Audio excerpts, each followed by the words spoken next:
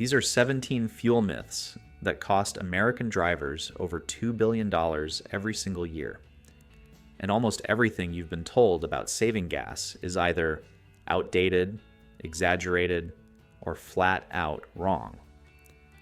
Over 100 so-called gas-saving devices have gone through EPA testing, and not a single one produced a significant improvement in fuel economy. 16.5 million Americans keep pumping premium gas into cars that gain nothing from it. That old trick your dad taught you about filling up in the morning turns out to be worthless according to actual physics. Today, we're going through every major fuel myth. The ones about premium gas, the miracle additives, the gas station tricks, the driving hacks, and the maintenance advice, and separating what actually works from what's just burning your money. Let's start with the biggest money pit of them all. Your car runs on regular fuel and you decide to treat it to premium because it sounds better. A 2016 study put this exact scenario through testing using vehicles designed for regular gasoline. And the horsepower differences measured ranged from negative 1.5% to positive 2.5%. That's not an improvement, that's just normal variation between tests.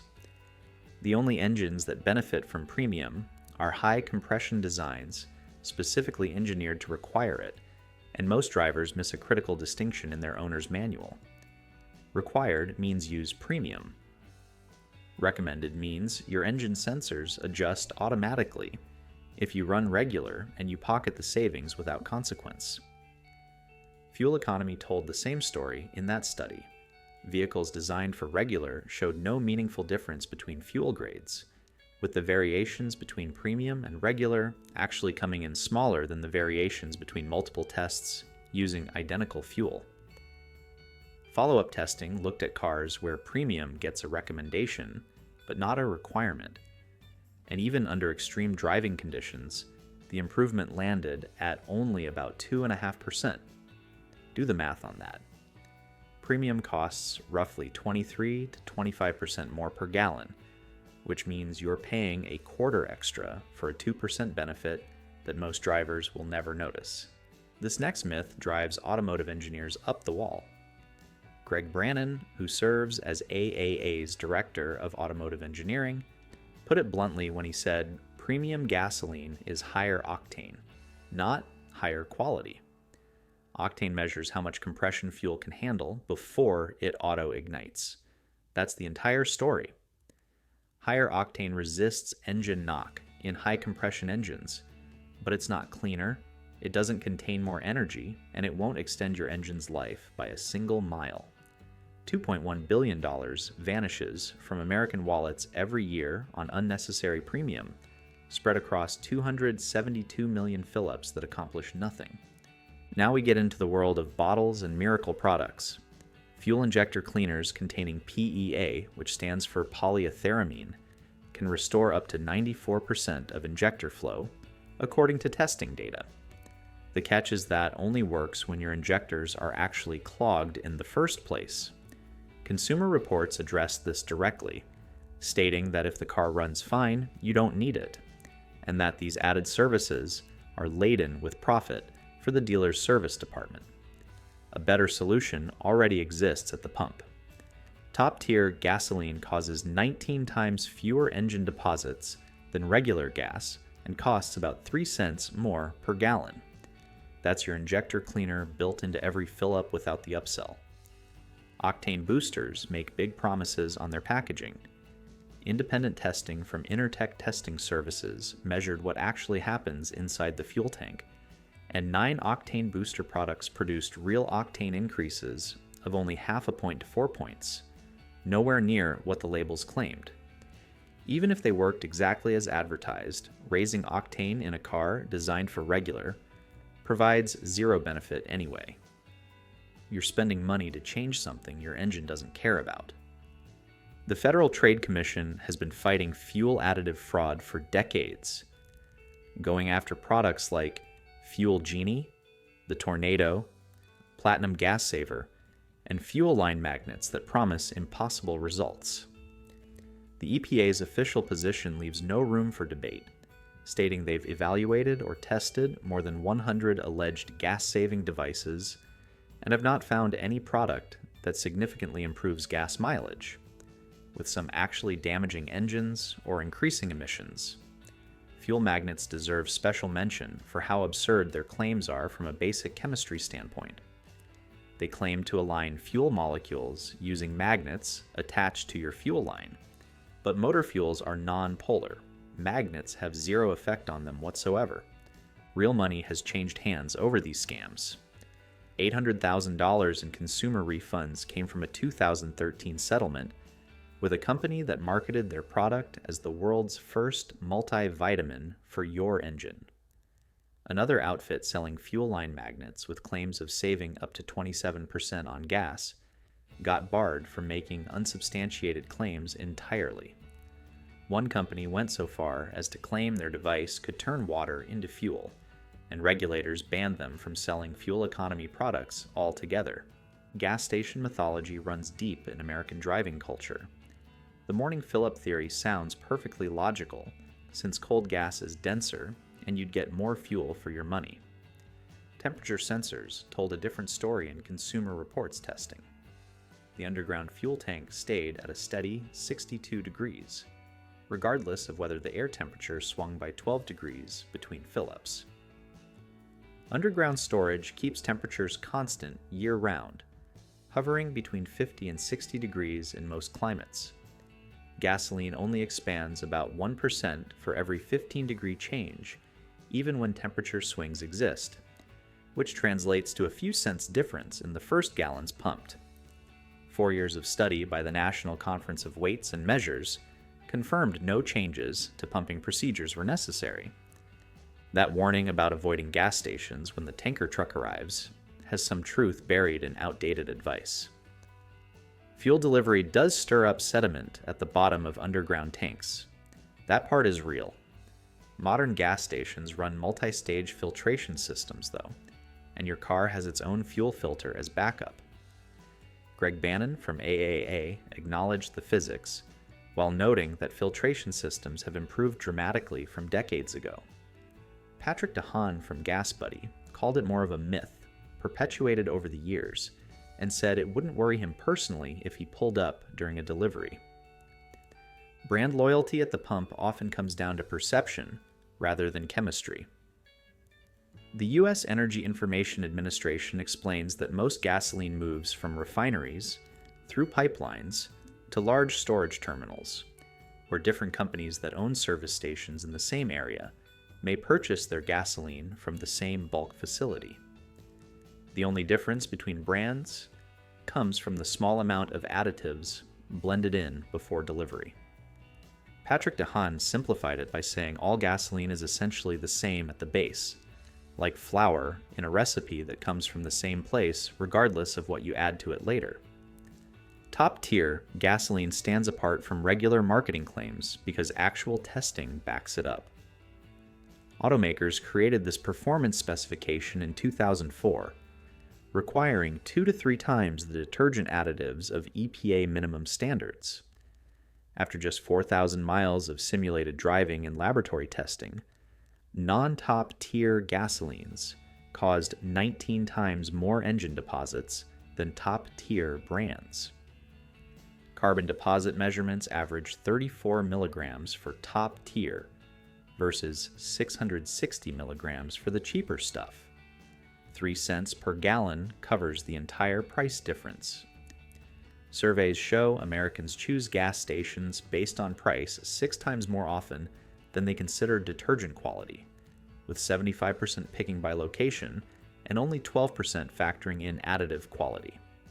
Top-tier brands include Chevron, Shell, Exxon, Mobil, Costco, Quick Trip, Valero, and about 70 others across more than 100,000 stations. That advice about pumping slowly to reduce vapor loss and get more fuel turns out to be false. Fuel gets metered at the pump without aeration, and modern vehicles capture fuel vapors through onboard recovery systems before they ever reach the pump nozzle. Pump speed changes nothing. Your choice between air conditioning and open windows depends entirely on how fast you're driving. Testing by SAE and GM measured a 20% reduction in fuel efficiency for a sedan with windows down at 55 miles per hour. All of that loss came from aerodynamic drag. An SUV dropped 8% under the same conditions, and the more aerodynamic your vehicle, the more those open windows cost you. A Toyota Corolla in SAE testing needed to exceed 80 miles per hour with windows down before air conditioning became more efficient. The crossover point for most vehicles falls somewhere around 45 to 55 miles per hour. So below that speed, windows down wins, and above it, the AC makes more sense. Drafting behind trucks actually works for fuel savings. The risk makes it terrible advice anyway. Mythbusters tested a Dodge Magnum at 55 miles per hour following a semi-truck at various distances and measured real improvements. 100 feet back produced 11%. 10 feet back produced 39%. What that 10-foot gap means at 55 miles per hour is roughly 1/10 of a second to react if anything goes wrong. A Freightliner engineer on that episode called the practice suicidal. Safe following distance at highway speeds runs between 150 and 265 feet. Tailgating is illegal in most states anyway. Coasting in neutral to save gas works backwards from what most people assume. Zero fuel gets consumed when modern fuel-injected vehicles coast in gear. Popular Mechanics tested this and found the fuel injector pulse width drops to 0, meaning no fuel gets injected at all while the wheels keep the engine spinning through the transmission. Shift to neutral, and the engine suddenly needs fuel to keep itself running, burning about half a gallon to 1 gallon per hour at idle. Beyond wasting fuel, neutral coasting reduces vehicle control, eliminates engine braking, and is actually illegal in states including California.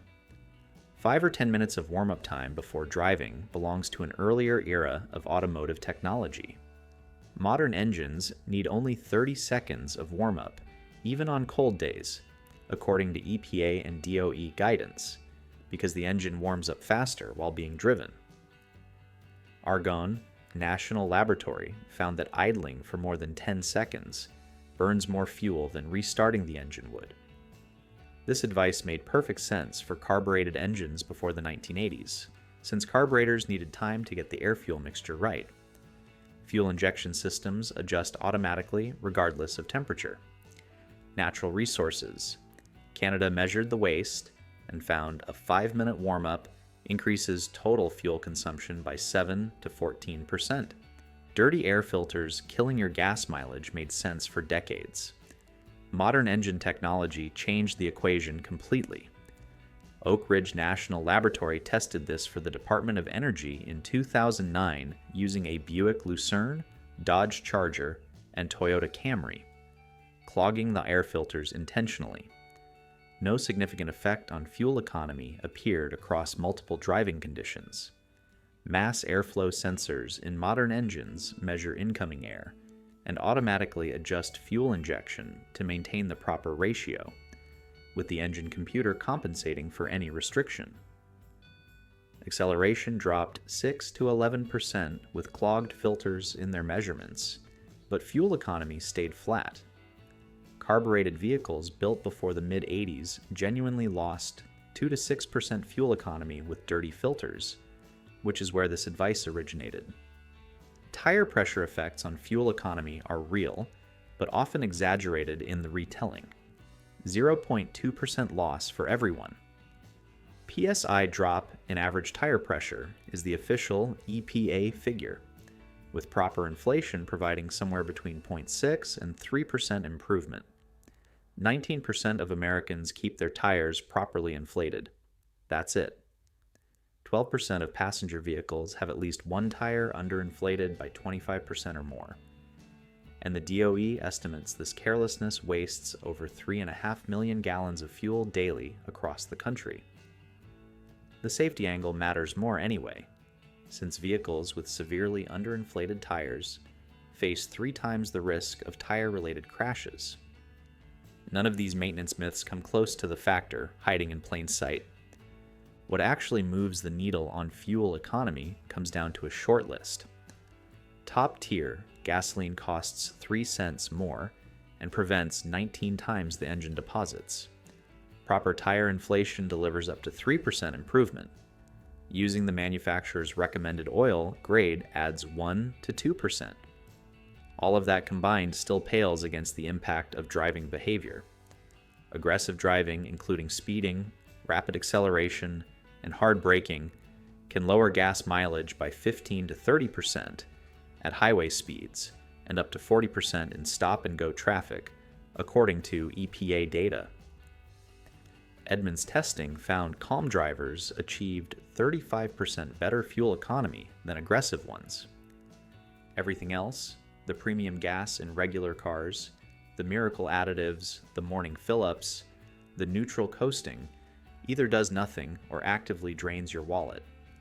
$2.1 billion disappears every year on unnecessary premium gas. Over 100 snake oil products went through EPA testing with zero significant benefit. And somewhere right now, someone is warming up their car for 10 minutes and burning fuel because their dad told them to decades ago. Now you know better.